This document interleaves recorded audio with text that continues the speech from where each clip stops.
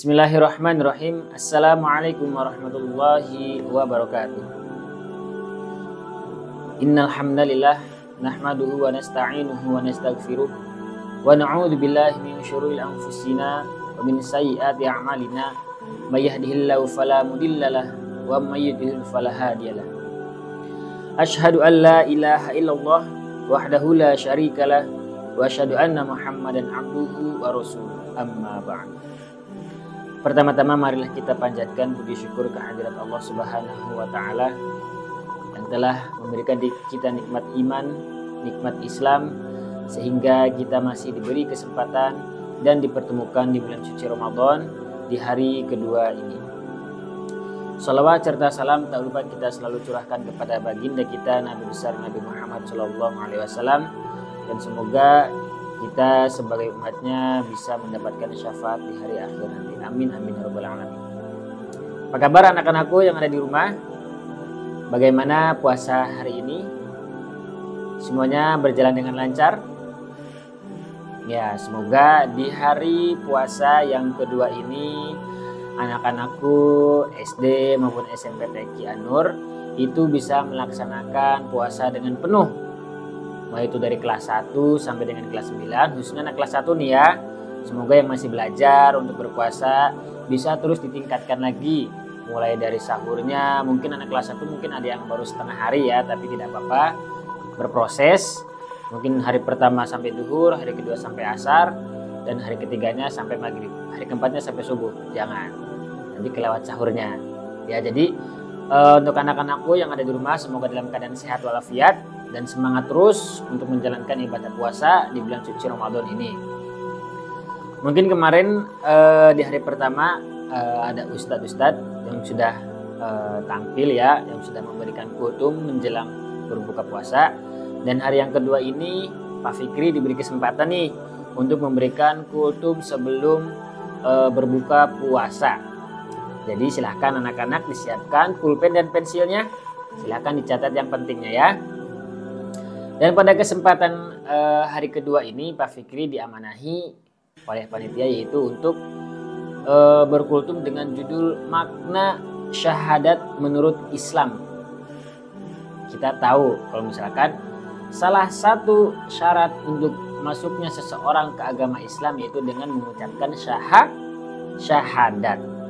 Mungkin khususnya kelas 4, 5, 6 itu telah dipelajari dengan guru-gurunya, entah itu pelajaran PAI-nya atau pelajaran fikih akidahnya, yaitu syahadat itu dibagi menjadi dua, syahadat kepada Allah dan syahadat kepada Nabi Muhammad. Bagaimana coba bunyi syahadat bagaimana? Ya, pintar. Nah, bunyi syahadat yaitu asyhadu an la ilaha illallah wa asyhadu anna Muhammadar Rasulullah. Ada yang tahu nggak artinya apa? Betul sekali. Artinya adalah tiada Tuhan selain Allah, dan Nabi Muhammad adalah utusan Allah, Nabi yang terakhir. Jadi teman-teman, ketika kita mengucapkan syahadatain dengan dua kalimat syahadat itu, bukan hanya dari lisan saja, tapi juga dalam hati. Batin kita, hati kita juga harus menerima dan harus bertanggung jawab atas ucapan yang telah diucapkan untuk memasuki seseorang masuk ke agama Islam. Namanya persaksian harus dipertanggungjawabkan. Ketika kita sudah mengucapkan kalimat syahadat, artinya kita sudah siap menerima perintah dari Allah Subhanahu wa taala yang tercantum dalam rukun Islam. Rukun Islam ada berapa? Ada 6? Salah, ada 5. Rukun Islam itu ada 5. Yang pertama syahadat yang wajib, yang kedua ada sholat, puasa, zakat, dan yang terakhir ada pergi ke Mekah untuk naik haji itu jika mampu. Nah, jadi teman-teman, balik lagi ke topik. Ketika kita sudah melaksanakan atau mengucapkan dua kalimat syahadat, itu artinya apa yang diperintahkan oleh Allah dan yang dilarang oleh Allah itu harus dilaksanakan. Nih teman-teman, Pak Fikri punya cerita.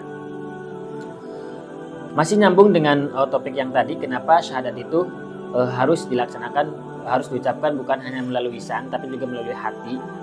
Pada zaman dahulu itu Nabi kita itu, Nabi Muhammad itu berdakwah di kota Mekah itu dibantu oleh pamannya. Ada yang tahu nama pamannya siapa?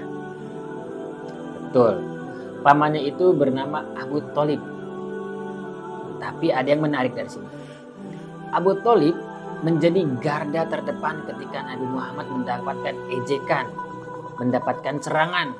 Ketika Nabi Muhammad membutuhkan sesuatu, Abu Thalib menjadi garda terdepan untuk menyiapkan apa yang ia perlukan, apa yang beliau perlukan. Akan tetapi sangat disayangkan sekali ketika sampai akhir hayatnya, Abu Thalib itu tidak mengucapkan, tidak bersaksi dengan mengucapkan 2 kalimat syahadat.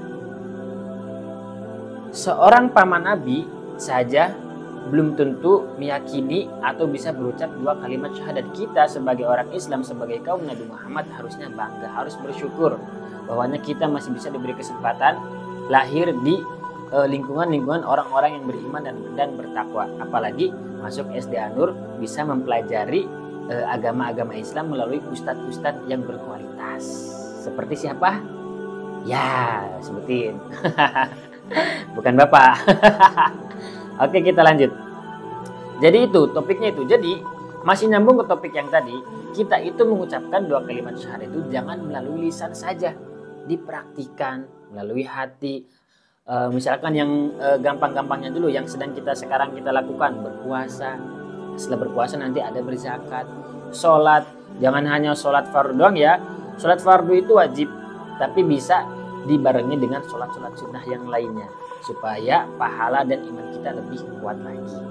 Nah, sebagai penutup, gak banyak ya, sebagai penutup kita tuh biasanya sebelum berbuka puasa itu biasanya mengucapkan syahadat dan juga istighfar yang digabungkan. Nah, silakan dengerin teman-teman ya.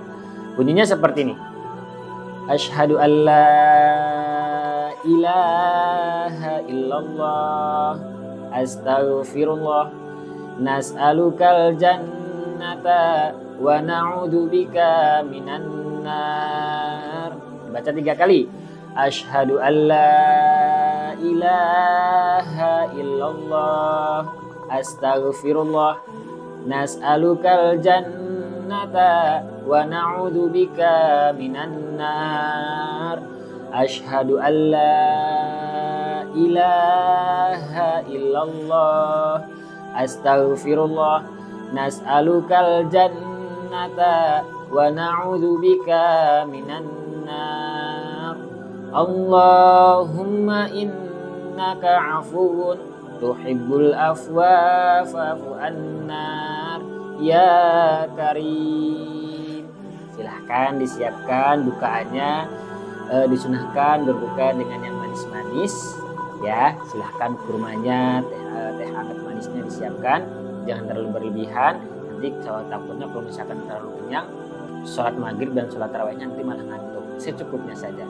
Mungkin itu yang bisa Pak Fikri sampaikan pada kultum hari ini. Semoga bisa bermanfaat teman-teman ya, walaupun singkat, yang penting bermanfaat.